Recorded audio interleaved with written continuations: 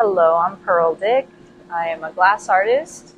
I've been working with glass for over 25 years, she, her pronouns. And we're sitting here right now in Firebird Community Arts, which is a studio on the west side of Chicago that I helped to co-found. We work with young people on the south and west sides, teaching glass blowing and ceramics. And we do a program called Project Fire that works specifically with young people who've been injured by gun violence, and using glass and ceramics as a way to heal from that trauma. I've always done art my whole life, but was predominantly a painter. And when at some point I had decided I wanted to go to school for art, and I was looking around at schools to study painting, and mostly like traditional, traditional representational type of painting.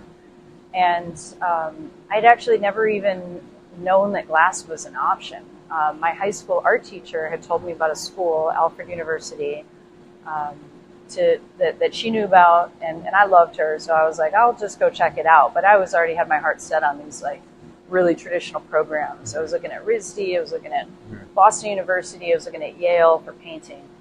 And I went to Alfred, and that's where I saw glass for the first time. And I really honestly I just knew right away. I was like, that is what I'm going to do. I'm going to do this. I'm going to come here and learn this. And that was my introduction into glass. I had no idea it was even a thing before that. So have not looked back since then. It's so rare. It's so rare you get that opportunity. And I mean, it doesn't mean that, you won't jump around and continue to do other things or explore things, but yeah, I knew right away that glass was my thing from the start. How was the glass instruction at that school? Yeah, I mean, it was amazing. Like they were, the folks that were there at the time were very much into like teaching us how to be artists and not necessarily how to be like incredible technicians, which is fine. I think that was actually kind of a nice thing to be able to like go and play and experiment and think like an artist. But to be honest, no offense to my teachers, when I left school, I really had very little skill. Like I didn't know how to do anything. I mean, I knew how to do some things, but I wasn't a great glass blower. But I had so much fun. I was able to think creatively with that material and learn how to work together. But it wasn't until after I left school and got a job blowing glass, like actually doing just like kind of mundane production work, that I really honed my skills, my technical skills. And it's a never-ending journey with glass. You're just always learning all the time.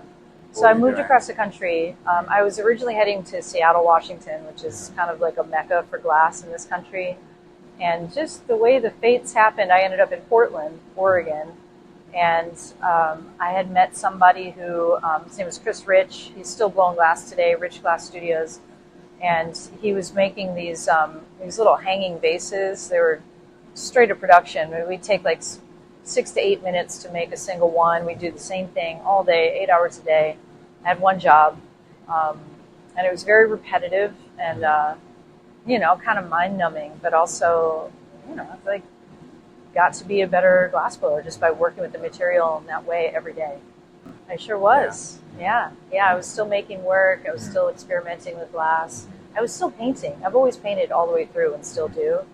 But I was making work and showing in galleries, and my friends were all artists, and we had artist communes, and we did shows, and a lot of mixed media stuff, a lot of installation stuff, a lot of like situationist stuff, just playing and having fun and being an artist, and in my 20s, just trying everything. It's interesting. We were talking about Picasso earlier, and you just saw that show today at the Art Institute. But I've always like drawn, painted, sculpted faces, heads, people, and that's always been something. That's the topic that interests me: is people, humanity, connection. And so the human body's always shown up in my work, in particular, like the head of the face. And I remember I had a teacher at some point who said, you got to lose the figure in your work. You can't, you'll never be taken seriously. And it was kind of a blow, because it's what I like to do. So it was fun. It's what I was drawn to kind of naturally. And I took kind of a departure from that for a while to try to just push myself in different ways. And it was miserable. I felt like, wow, wasn't super fun. But then I had another instructor later when I had recounted this story, and he had said, well, you know, Picasso never lost a figure, and people took that guy seriously. And so I was like, okay, I'm just going to do what I want to do. So I guess like faces and people and humanity, I feel like are really well represented in the human, in like a human head and like a face. Mm-hmm.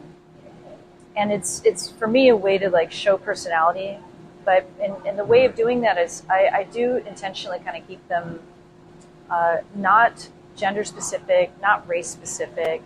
I like to keep them kind of androgynous, like so they represent humanity and not like a particular person per se. And then then you can play with like how we all connect to each other, and then how color comes in, using not realistic colors and the portrayal of these pieces to me is also like it's not about like skin tone for me or representing like a certain like race or ethnicity or even like styles. It's more of like like hairstyles or physical attributes like outside of just like a human recognizable human head.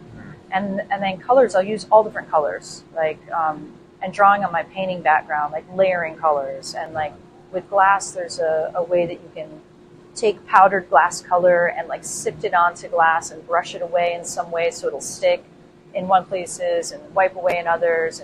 And you can really, really layer just like you can with painting. But then having like a red head and a yellow head and a green head and a purple head, and like all of these different colors that are not exactly like flesh tones to come together to again represent us as a people in general. And I have done a series of pieces recently that are black heads and white heads that are put together. And I talk about this with some of the young folks that I work with too, about what they see, what their interpretation is of that representation. And I'll get like a lot of things about like how it's like opposites, or it's about black people and white people, or it's about like being like somehow like like in opposition. But for me, it's really it is about a contrast. It's about difference, but not necessarily like race specific. Yeah. Did that? Yeah, absolutely.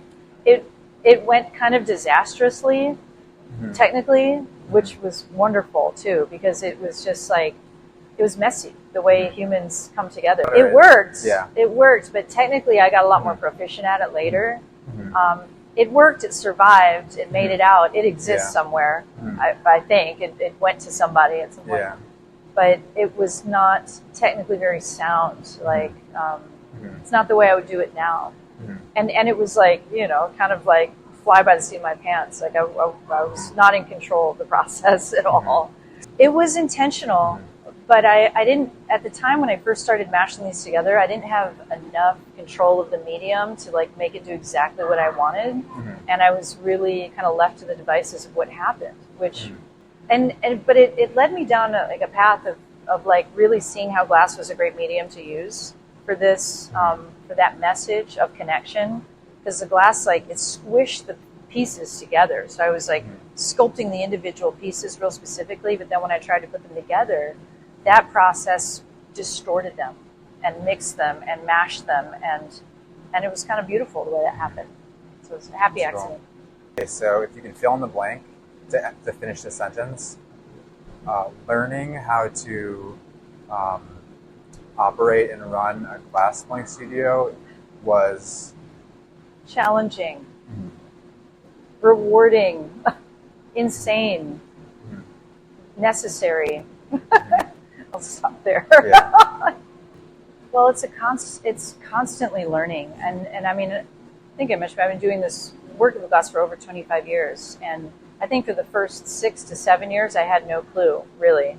All of that learning, has all contributed to where I am today, but it's a medium that's constantly teaching you. And there were specific challenges to building a studio that, I mean, I'd never built a furnace from scratch before. And I had to do that at one point because I didn't have the funds to buy a brand new one. And I learned on the job. You know, I basically learned to do what I needed to do as I needed to do it. And so that process is ongoing. And glass is a new enough medium that we're all still experimenting and learning and discovering new technologies within this medium.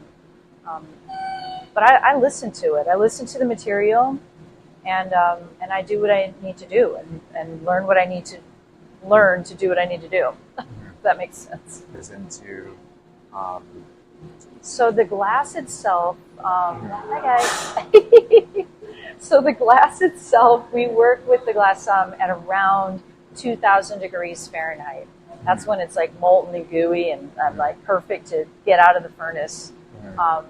And then there's a range of working with it hot between 1,200 degrees when it first starts moving a little bit to like that molten state around 2,000 degrees Fahrenheit. The reheating chambers, the glory holes that we use are usually right around that same temperature, around 2,000 degrees Fahrenheit. So yeah, it's very hot material. So it's silica, sand. There are certain fluxes that are in it depending on what type of glass you're using to help it flow. It's an amorphous solid, which is pretty cool. It changes, like its structure changes and its properties change through the process of working with it from like cold to molten. That is actually a big part of the design process. And I think some people probably don't create that way or maybe can't create that way, but I mean, I also have a side business where I pack and install glass.